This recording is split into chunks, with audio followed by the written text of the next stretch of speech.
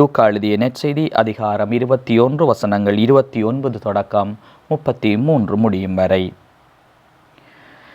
இயேசு அவர்களுக்கு மேலும் ஒரு உவமையை சொன்னார். அத்தி மரத்தையும் வேறு எந்த மரத்தையும் பாருங்கள். அவை தளிர்விடும் பொழுது அதை பார்க்கும் நீங்களே கோடைக்காலம் நெருங்கிவிட்டது என அறிந்து கொள்ளுகிறீர்கள். அவ்வாறே இவை நிகழ்வதை காணுகிற பொழுது இறையாட்சி நெருங்கி வந்து விட்டது என்பதை நீங்கள் அறிந்து கொள்ளுங்கள். அனைத்து நிகழும் வரை இத்தலைமுறை ஒழிந்து போகாது என நான் உறுதியாக உங்களுக்கு சொல்லுகிறேன்.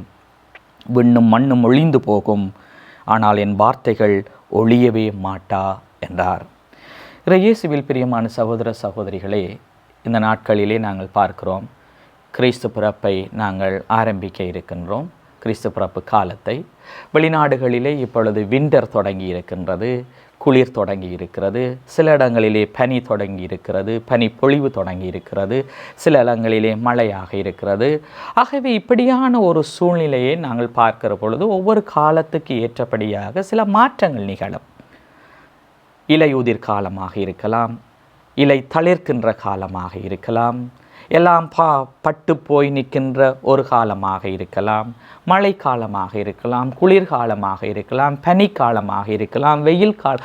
ஆக இந்த காலங்களுக்கு ஏற்றபடியாக அங்கே மரங்களும் செடிகளும் கொடிகளும் வித்தியாசமான அந்த மாற்றத்தை அவர்கள் வெளிப்படுத்தி நிற்பதை நாங்கள் பார்க்கிறோம்.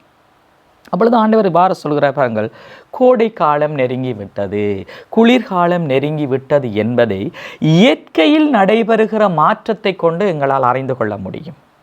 ஆகவே தான் ஆண்டவர் அழகாக சொல்கிறார், பாருங்கள், இந்த அத்தி மரங்களை நாங்கள் பார்க்கிற பொழுது ஏற்படுகிற மாற்றத்தை கொண்டு நாங்கள் காலத்தை குறிப்பிடுகிறோம், காலத்தை அறிகிறோம் என்றால், இந்த உலகத்திலே, சமுதாயத்திலே, எங்களுடைய வாழ்க்கையிலே, எங்கள் குடும்பங்களிலே எனக்குள்ளே நடைபெறுகிற மாற்றத்தை கொண்டு நான் விழிப்பாக இருந்து கொள்ள வேண்டும். என்னுடைய காலம் என்ன, இது கோடை காலமா, இது குளிர்காலமா என்பதை நாங்கள் இந்த இயற்கையில் இருந்து அறிந்து கொள்ளுவது போன்று எனக்குள்ளேயும், என் குடும்பத்துக்குள்ளேயும், என் சமுதாயத்துக்குள்ளேயும், என்னுடைய நாட்டுக்குள்ளேயும், எங்களுடைய பங்குகளிலேயும், எங்களுடைய நாடுகளிலேயும் நடைபெறுகின்ற இந்த வாழ்வியல் மாற்றங்களை கொண்டு நான் எந்த காலத்துக்குள்ளே எவ்வாறான ஒரு வாழ்வு வாழ்ந்து கொண்டிருக்கிறேன் என்பதை நான் அறிய வேண்டும். பிரியமான சகோதர சகோதரிகளே, கடவுளை மறக்கின்ற காலமா, கடவுளை விட்டு தூர செல்லுகிற காலமா, இல்லை நான் இன்னும் கடவுளை நெருங்கி வர வேண்டிய காலமா, கடவுளுக்கு நன்றி சொல்ல வேண்டிய காலமா, என்னிடத்திலே இருக்கிற தீமைகளை களைந்து விடுகின்ற கோடை காலமா, என்னிடத்திலே வறண்டு போயிருக்கிற விசுவாச வறட்சியின் காலமா, என்னிடத்திலே நம்பிக்கைகள் குறைந்து போகிற காலமா, அல்லது இன்னும் நம்பிக்கையை அதிகரித்து இந்த நம்பிக்கை துளிர்விடுகின்ற காலங்களா, இறைவனுக்கு நன்றி சொல்லுகிற காலங்களா, நாங்களும் என்னுடைய குடும்பம், என் பிள்ளைகளும் கடவுளை இன்னும் அதிகமாக தேட வேண்டிய காலங்களா என்பதை நாங்கள் எங்களுக்குள்ளே, எங்கள் சமுதாயத்துக்குள்ளே, எங்கள் வீடுகளிலே நடைபெறுகிற மாற்றங்களினூடாக அதனை புரிந்து அறிந்து கொள்ள வேண்டும்.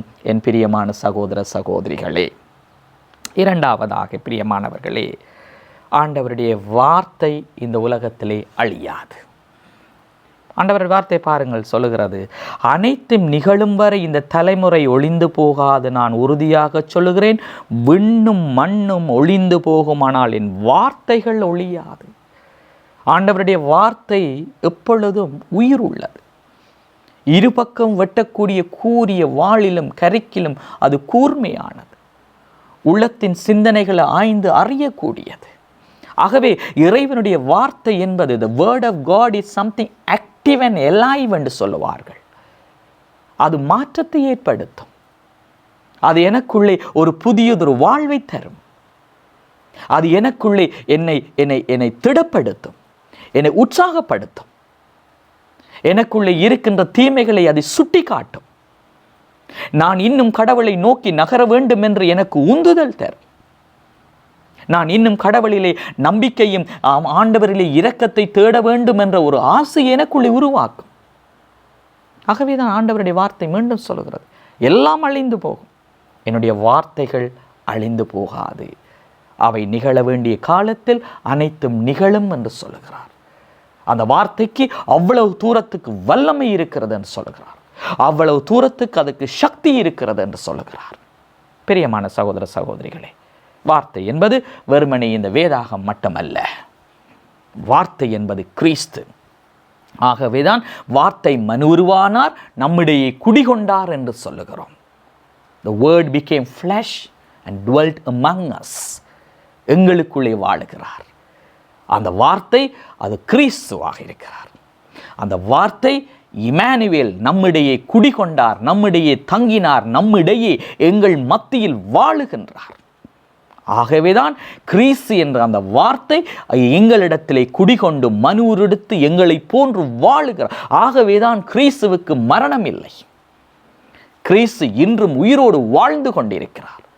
விண்ணும் மண்ணும் அழிந்து போகும், ஆனால் இறை வார்த்தையாகிய கிறிஸ்து அழிய மாட்டார். எவ்வளவு ஒரு அழகான ஒரு உவமயமாக இதை பார்க்க முடியும். பிரியமான சகோதர சகோதரிகளே, நாங்களும் கிறிஸ்துவை பெற்றுக்கொள்ளுவோம். கிறிஸ்துவின் வார்த்தைகளை வாழ்வாய் மாற்றுவோம். ஏனெனில் கிறிஸ்துவை வாழ்கிறோம் என்றால் இறை வார்த்தையை வாழ்கிறவர்களாக மாறுவோம். நித்தியத்துக்குமான வாழ்வை நாங்கள் பெற்றுக்கொள்ள வார்த்தையை வாசிப்போம், வார்த்தையை வாழ்வாய் மாற்றுவோம். ஆமேன்.